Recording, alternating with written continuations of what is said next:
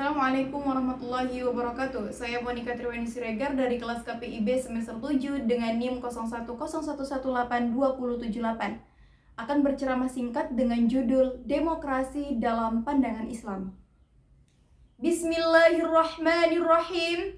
Assalamualaikum warahmatullahi wabarakatuh. Alhamdulillahi rabbil alamin. Wabihi nasta'in ala umurid dunya waddin. Wassalatu wassalamu ala sayyidil mursalin wa ala alihi wa sahbihi wa sallim ajma'in. Amma ba'd. Puji syukur kita kehadirat Allah Subhanahu wa ta'ala yang telah memberikan kita nikmat kesehatan serta kesempatan sehingga kita dapat berkumpul di tempat yang kita cintai ini. Salawat dan salam mari sama-sama kita hadiahkan ke ruh junjungan alam Nabi kita, Nabi Muhammad sallallahu alaihi wasallam yang berlafazkan Allahumma salli ala sayyidina Muhammad wa ala ali sayyidina Muhammad. Bapak Ibu yang dirahmati Allah, sebelum membahas lebih mendalam tentang demokrasi, mari kita ketahui terlebih dahulu bagaimana sih awal munculnya demokrasi. Sejarah demokrasi muncul adalah ketika kegelapan bangsa Eropa, di mana para penguasa berkolaborasi untuk memisahkan antara gereja dan negara, di mana gereja adalah wilayah suci dan negara adalah wilayah kotor. Politik adalah wilayah kotor. Maka jangan membawa agama dalam masalah politik, karena agama adalah urusan Tuhan dan politik adalah urusan manusia.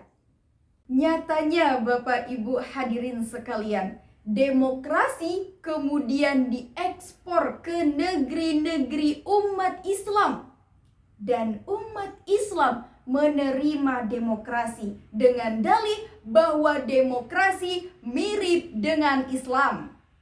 Contohnya, dalam demokrasi ada prinsip musyawarah. Dalam Islam menjunjung tinggi musyawarah, berdiskusi, rembukan. Maka mereka berpendapat bahwasannya demokrasi berasal dari Islam, karena demokrasi ada musyawarah dan Islam pun ada musyawarah. Yang menjadi pertanyaannya, benarkah demokrasi berasal dari Islam, Bapak Ibu? Mari kita kaji lebih lanjut, apa sebenarnya perbedaan demokrasi dalam pandangan Islam. Pertama, dalam demokrasi kedaulatan ada di tangan rakyat. Rakyat berhak mengangkat pemimpin, rakyat berhak menurunkan pemimpin. Rakyat berhak membuat undang-undang bagi penguasa untuk mengatur dirinya. Sedangkan di dalam Islam, kedaulatan ada di tangan Allah Subhanahu wa ta'ala. Asyadatu li syar'i, bukan li sya'bi. Kedaulatan mutlak pembuat hukum hanya Allah Subhanahu wa ta'ala.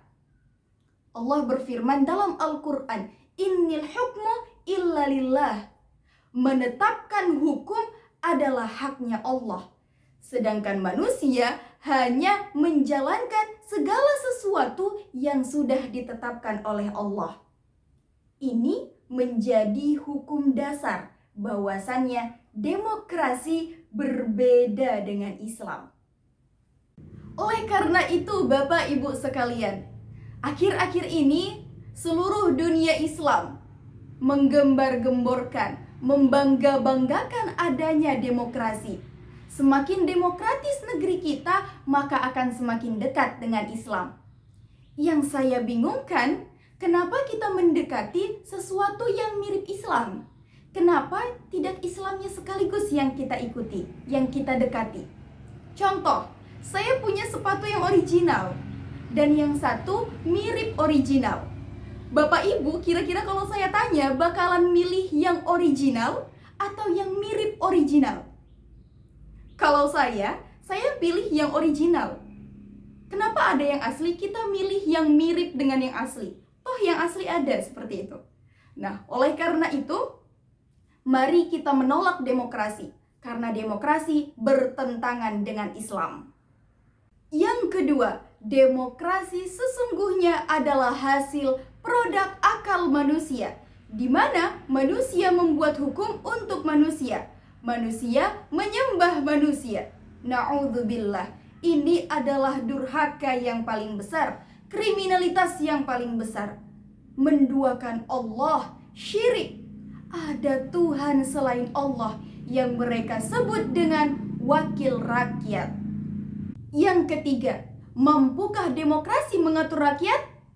Tidak.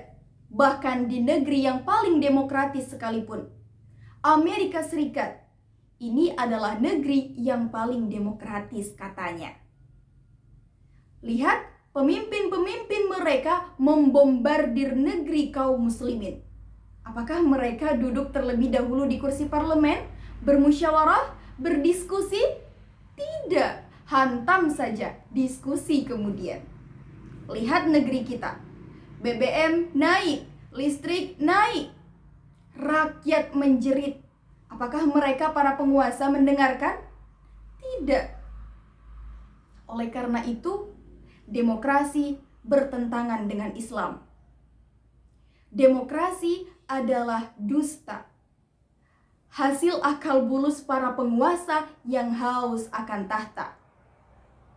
Kalaulah demokrasi yang mirip Islam kita kejar, kenapa tidak Islamnya sekaligus yang kita ambil? Pahami fakta demokrasi, pahami fakta Islam, karena kita akan menemukan perbedaan yang mendalam antara keduanya. Kita mendakwahkan Islam adalah Islam, tidak ada yang menyerupai Islam. Tidak ada istilah demokrasi Islami. Kalau nanti ada istilah demokrasi Islami, muncul istilah pacaran Islami. Kalau ada pacaran Islami, akan ada maling Islami, pelacur Islami, begitu seterusnya. Wala talbisul haqqa bil batil. Jangan mencampur baurkan yang hak dan yang batil. Demikian yang dapat saya sampaikan. Apabila ada kesalahan, mohonlah saya dimaafkan. Wallahu muwafiq ila aqwamit tariq.